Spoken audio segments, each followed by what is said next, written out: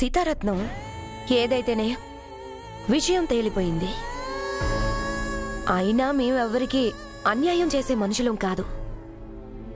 విలువలు తెలిసిన కుటుంబం మాది. అందుకే ఒక ఆడపిల్ల జీవితమని ఆలోచించాలి కదా.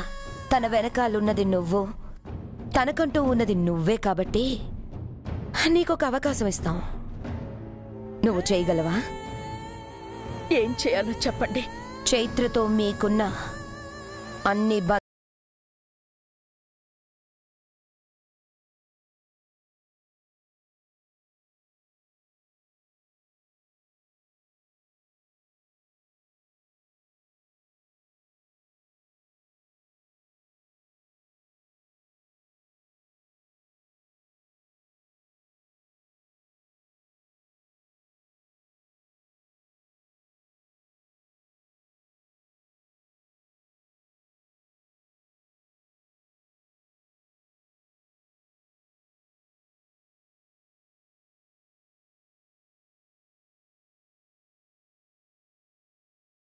మీరంతా దూరం అయిపోవాలి. తనకు శాశ్వతంగా మీరంతా దూరం అయిపోవాలి.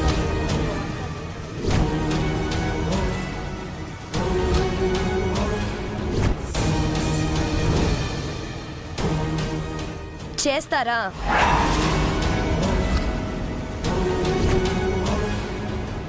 తనని ఇక్కడే వదిలేసి మీ అనుబంధాలకి ఆప్యాయతలకు గుడ్ బై చెప్పి వెళ్ళిపోవాలి. వెళ్ళను.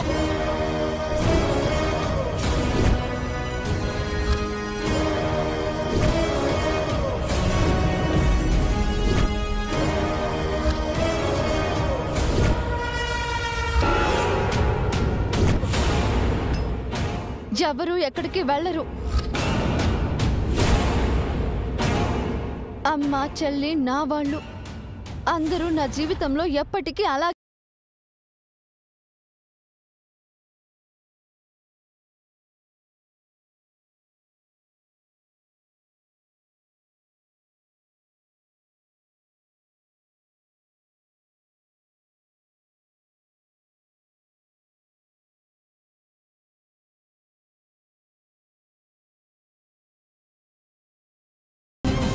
అక్క జీవితం నుండి శాశ్వతంగా వెళ్ళిపోతాం. అక్కని కోడలిగా ఇక్కడే ఉండనివ్వండి. మహి, అక్క ఇక్కడ ఉండడం, చెల్లి అక్కడ ఉండడం, అందరూ కలిసి అమ్మ ఒడిలో హాయిగా ఉండడం కాదు. పెట్టే బేడా సర్దుకొని శాశ్వతంగా అసలు ఏమైపోయారో తెలియని అడ్రస్ లేకుండా వెళ్ళిపోవాలి.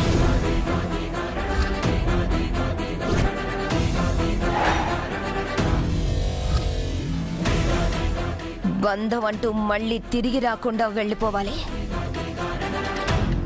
ఎక్కడికి వెళ్ళరు అని చెప్పాను కదా. మీరెంత ఎమోషనల్ బ్లాక్మెయిల్ చేసినా అది మాత్రం జరగదు.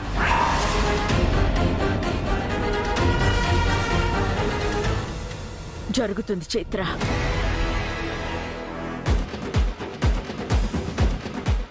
అదే జరగాలి. దయచేసి నువ్వేమీ మాట్లాడకు.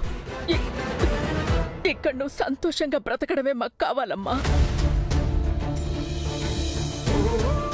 అది నీకు దక్కుతున్నప్పుడు మేమెక్కడుంటే ఏంటమ్మా? నువ్వు సంతోషంగా లేనప్పుడు నీకు దగ్గరగా ఉండి నీ బాధని కన్నీళ్ళని చూస్తూ అనుక్షణం నీకేమైపోతుందోననే భయంతో బ్రతకడం కంటే నువ్విక్కడ సంతోషంగా ఉన్నావనే ధైర్యంతోనైనా మేము ప్రశాంతంగా ఉండగలుగుతాం.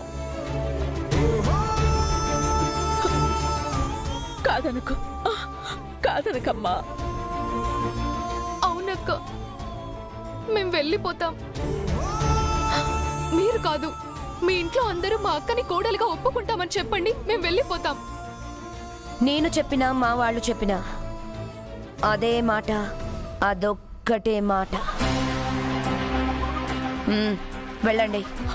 వెళ్ళిపోతాం. అందరూ ఊరొదిలి ఎక్కడికైనా వెళ్ళిపోతాం. మీరు వెళ్ళిన వెంటనే చైత్ర ఈ ఇంటి కోడలవుతుంది.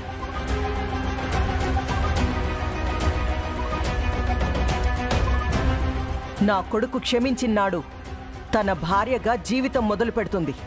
ఇది నా మాట.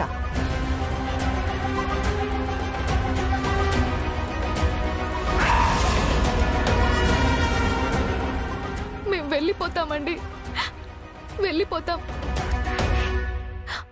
అమ్మా పద వెళ్ళిపోదాం. మహి, ఏం మాట్లాడుతున్నారా మీరు? ఆడదానికి బ్రతుకంటే మెళ్ళో తాళి కట్టిన భర్త మాత్రమేనా? తను అనుబంధాల్ని మొత్తం తెంచేసుకుని భర్త దగ్గరే సంతోషంగా ఉండిపోగలదా? ఎవరు చెప్పారే మీకు? భర్త అంటే భార్య గుండె బరువుని కూడా మోస్తాడు, తన బాధను కూడా పంచుకుంటాడు. అంతేకాని తనకున్న అన్ని బంధాలని తెంచేసుకుని రమ్మనేవాడు కాదు భర్త అంటే. ఆడదానికి భర్తే ప్రపంచం. ఆ ప్రపంచంలో మన కోసం, మన చుట్టూ మన వాళ్ళందరూ ఉన్నప్పుడే కదా ఆమె జీవితంలో ఆనందం ఉండేది. అలాంటిది ఈ ప్రపంచంలో నన్ను ఒంటరిగా వదిలేసి ఆనందంగా ఉండు అని మీరందరూ వెళ్ళిపోతే ఎవ్వరూ లేని ఆ అంధకారంలో ఆనందంగా నేనెలా ఉంటాననుకుంటున్నారు?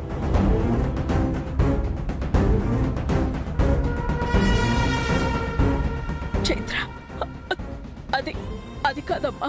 వద్దు, ఇప్పుడెవరూ ఏం మాట్లాడొద్దు. ఇప్పుడు నన్ను ఆపే ప్రయత్నం కూడా ఎవరూ చేయొద్దు. నేను ఊరుకొని చెప్తున్నాను. ఏం చేస్తావు? ఊరుకోక ఏం చేస్తావు? ఇక్కడ ఏం జరుగుతుందో చూస్తున్నావు కదా, మళ్ళీ నోరెందుకు లేస్తుంది? నోటికి తాళం వేసుకోవడానికి, భయంతో చేతులు కట్టుకోవడానికి నేను ఇక్కడికి రాలేదు అని మీరు మర్చిపోయారా?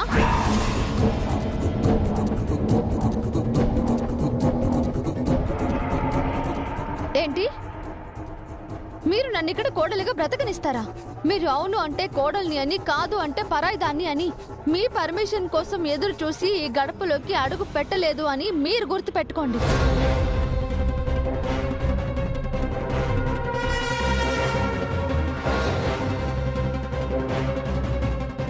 అయినా వీళ్ళందరూ ఎవరమ్మా ఈ ఇంట్లో నా స్థానాన్ని డిసైడ్ చేయడానికి?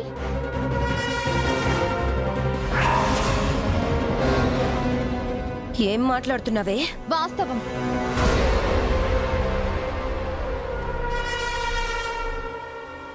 ఎప్పుడైతే విరాజ్ నా మెళ్ళో 3 ముళ్ళు వేశాడో అప్పుడే ఆ దేవుడు నిర్ణయించేశాడు నా స్థానం ఈ ఇంట్లోనే కోడలిగా అని.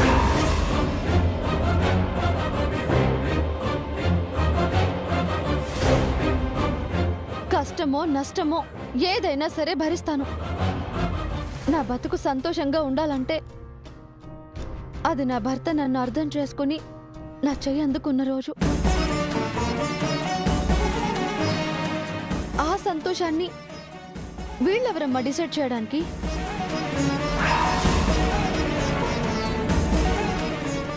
అక్క,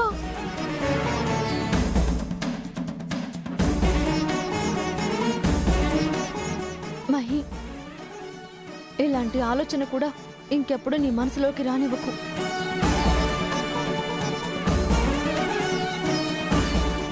అమ్మని దూరం చేసుకోవడానిక, నిన్ను దూరం చేసుకోవడానిక నేను ఇలా నిప్పుల పైన నడవడానికి సిద్ధమైంది? విరాజ్ మనసుకి దూరం అయింది.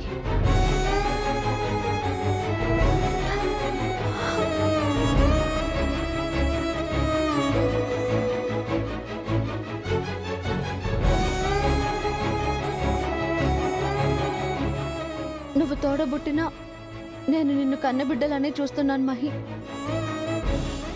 నిన్ను దూరం చేసుకుంటే నేనెలా బ్రతుకుంటాననుకున్నావు?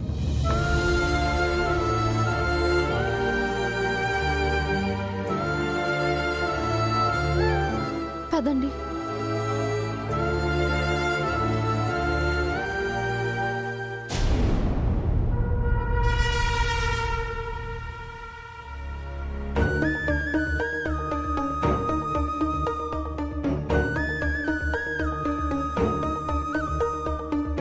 అమ్మా, మీ త్యాగం మన బంధాన్ని బలపరిచేలా ఉన్నా అది మన అనుబంధాన్నే బలి కోరితే నేను భరించలేనమ్మా.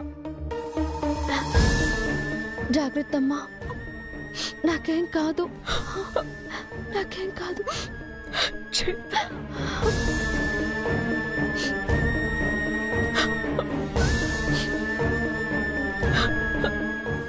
జాగ్రత్తగా వెళ్ళిరా మహి. నువ్వు జాగ్రత్త అక్క.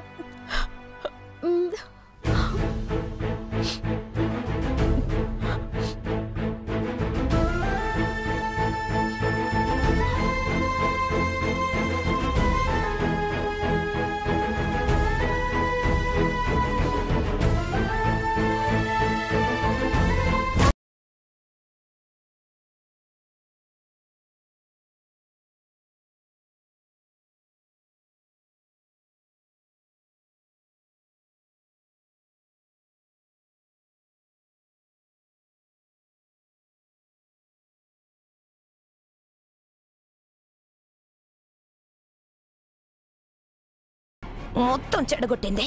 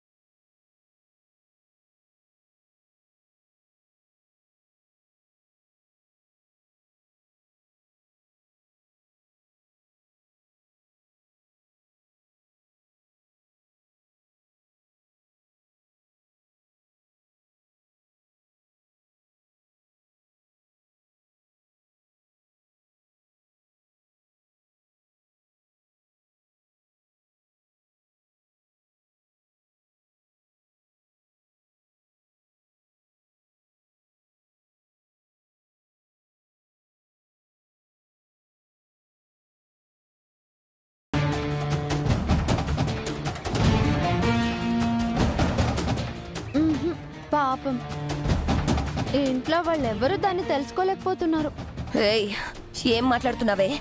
వాస్తవం చెప్తుంటే వాతలు పెడుతున్నట్టుందా? అనాథలకి ఆశ్రయం కల్పించాలని ఆ మహానుభావుడు మా అమ్మ చేతికి ఆ అమ్మఒడిని అప్పగిస్తే దాన్ని లాక్కోవడానికి మీ పనికి మాలిన కుట్రలు, దిక్కుమాలిన కుతంత్రాలు. ఛీ! మీది ఒక ఏయ్!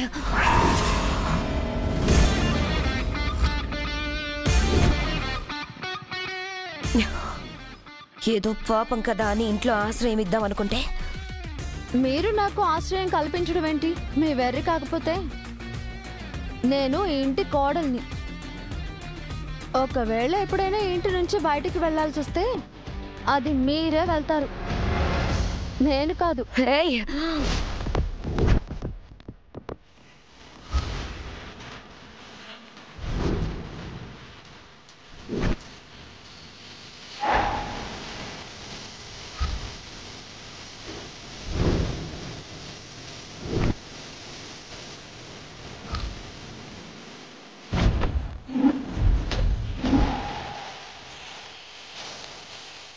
నీ అరుపులకు బెదిరింపులకు భయపడిపోయే చైత్రని కాదు, అర్థమైందా?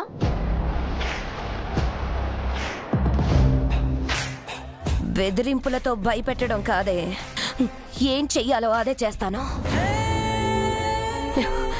నా మాట వినుంటే కనీసం ఈ ఇంట్లో చోటైనా దక్కుండేది. కానీ ఇప్పుడు నీకు ఇక్కడ చోటు ఉండదు, అక్కడ అమ్మ ఒడిలో నీ తల్లి చెల్లి కూడా ఉండరు. అందరినీ బయటికి గెంటేస్తా. ఇప్పటి వరకు కోర్టు టైం ఇచ్చింది కదా అని 30 రోజుల గడువు వరకు ఆగాను. కానీ గెంటేసే కార్యక్రమం ఈ రోజు నుంచే మొదలవుతుంది. ఏంటి గెంటేస్తారా? అమ్మ ఒడికి అందరినీ దూరం చేస్తారా? ఇవి ఏవి జరగవు. అన్నీ మీ కలగానే మిగిలిపోతాయి. ఒక్కటి గుర్తు పెట్టుకోండి, నేనున్నంత వరకు అమ్మ ఒడి వైపు మీరు కన్నెత్తి కూడా చూడలేరు, చూడనివ్వను.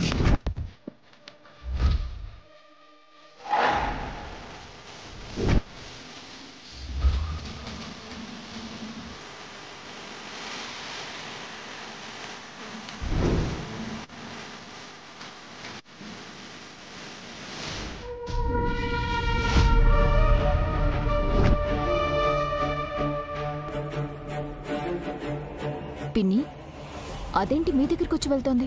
చైత్రను అడ్డు తొలగించుకోవాలని అనుకున్నాం కదా, దాన్ని పైకి పంపించడం తప్పనిసరని అర్థం అవుతోంది. అదే ఎలాగా అని ఆలోచిస్తున్నాను. ఇక ఆలస్యం చేయకూడదు స్మైలీ. దానికి అనుక్షణం గండంగానే ఉండాలి. ఈ ఇల్లు దాని మృత్యు ఓడి కావాలి. ఆలోచించు స్మైలీ. దాని చావు ఎలాంటిదైనా ఆచరించడానికి ఎప్పుడూ వెనకాడను.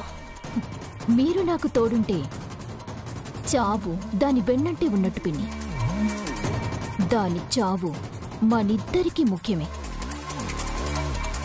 ఎలాగైనా దాని అడ్డు తొలగిద్దాం, చంపేద్దాం పిన్ని.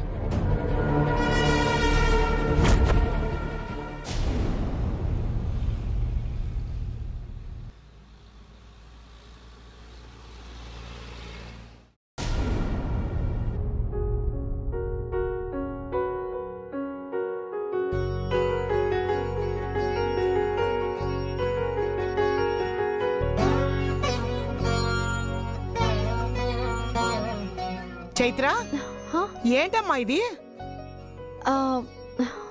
లక్ష్మి, లక్ష్మి! ఏంటమ్మగారు? ఇంట్లో ఇంతమంది పనోళ్ళు ఉన్నారు, వచ్చి చైత్రకు సాయం చేయొచ్చు కదా. పాపం ఒక్కటి ఎంతకని చేసుకుంటుంది. అందరూ చూస్తూ ఉన్నారు గాని ఒక్కరు కూడా వెళ్ళడం లేదు. తీసుకో అది. అమ్మగారు అది తీసుకో అంటే ఏంటి నసుకుతున్నావు? హంసమ్మ గారు పనివాళ్ళెవ్వరిని స్టోర్ రూమ్ లోకి వెళ్ళొద్దన్నారమ్మా. డాక్టర్ అమ్మగారికి ఎవరైనా పనిలో సాయం చేశారని తెలిస్తే వాళ్ళని పనిలోంచి తీసేస్తానని గట్టిగా చెప్పారమ్మా. బామ్మగారు, వీళ్ళని ఇబ్బంది పెట్టకండి. నా మూలంగా వీళ్ళు ఇబ్బంది పడకూడదు. లక్ష్మి, నువ్వెళ్ళు. అలాగే అమ్మా. ఏంటోనమ్మా, నువ్వంటే ఎంతో ఇష్టపడేవాడు ఇప్పుడు ఎందుకు ఇంతగా ద్వేషిస్తున్నాడో అస్సలు అర్థం కావడం లేదు. ఈ ద్వేషం ఎప్పుడు ప్రేమగా మారుతుందో ఏంటో. సరే, వెళ్ళమ్మా.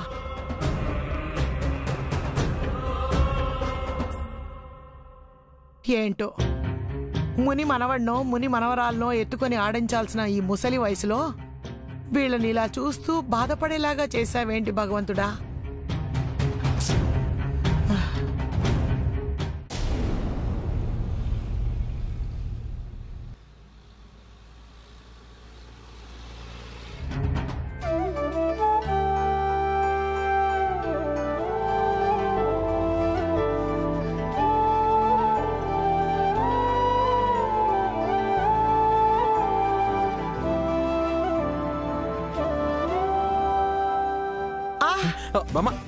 ఏంట్రా చిన్నోడా ఇలా చేసావు? ఏమైంది బామ్మా? ఇంట్లో ఇన్ని బాధలు చూస్తూ మనసంతా ఏదోలా అయిపోయిందని అదిగో ఆ స్ట్రెస్ రిలీఫ్ బాల్ ని చేతిలో పట్టుకొని ప్రెస్ చేస్తే అయినా కాస్త ఒత్తిడి తగ్గుతుందేమో అనుకున్నాను. నువ్వు వచ్చి ఆ బాల్ ని పోగొట్టావు. స్ట్రెస్ రిలీఫ్ బాలే కదా, నేను తీసుకొస్తాను. అదిగో ఆ రూమ్ లోకి పోయింది. చూసానులే.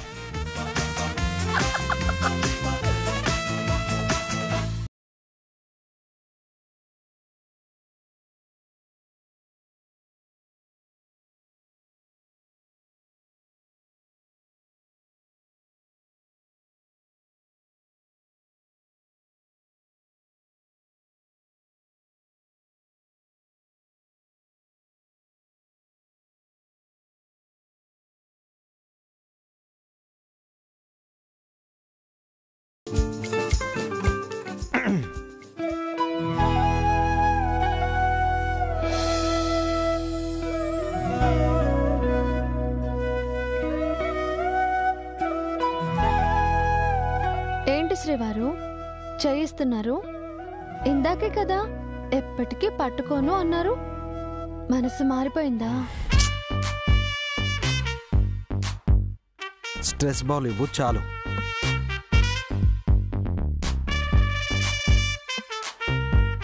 ఓహో, ఇదా? తీసుకో. ఆగిపోయావే. ఓ, నా కాళ్ళ దగ్గర ఉందనా? అవును కదా, భార్య కాళ్ళ దగ్గరికి భర్త రావడం తప్పే. కరెక్టే కరెక్టే. ఎక్స్ట్రాలు మాట్లాడకుండా బాలేవు. ఏ బి సి ఏంటో పిలవటం? నాకు ఓ పేరుంది కదా హబ్బీ, పేరు పెట్టి పిలవచ్చు కదా. నా పేరు పలకడం ఇష్టం లేకపోతే నీకెలా కావాలో అలా పిలిచేసేయి. భార్య భర్తలు ఒకరినొకరు ఎలా పిలుచుకుంటారో అలా. అరే నేను మర్చిపోయాను. అసలు నేను నిన్నెలా పిలవాలో ఫిక్సే అవ్వలేదు. నేను నీకు ముద్దు పేరు పెడితేనే కదా నువ్వు నన్ను ముద్దుగా పిలవడానికి. నేను నిన్ను శ్రీవారు అంటాను, నువ్వు నన్ను శ్రీమతి అను. ఎలా ఉంది? నచ్చలేదా? పెనిమిటి నువ్వు నన్ను సతీ అని పిలవచ్చు. అది నచ్చలేదా? ఏమండోయ్ అని నేనంటాను, నువ్వు ఏమో అనేసాయి. నీ కోపానికి కూడా పిలవడానికి కరెక్ట్గా సెట్ అవుతుంది. బాగుంది కదా?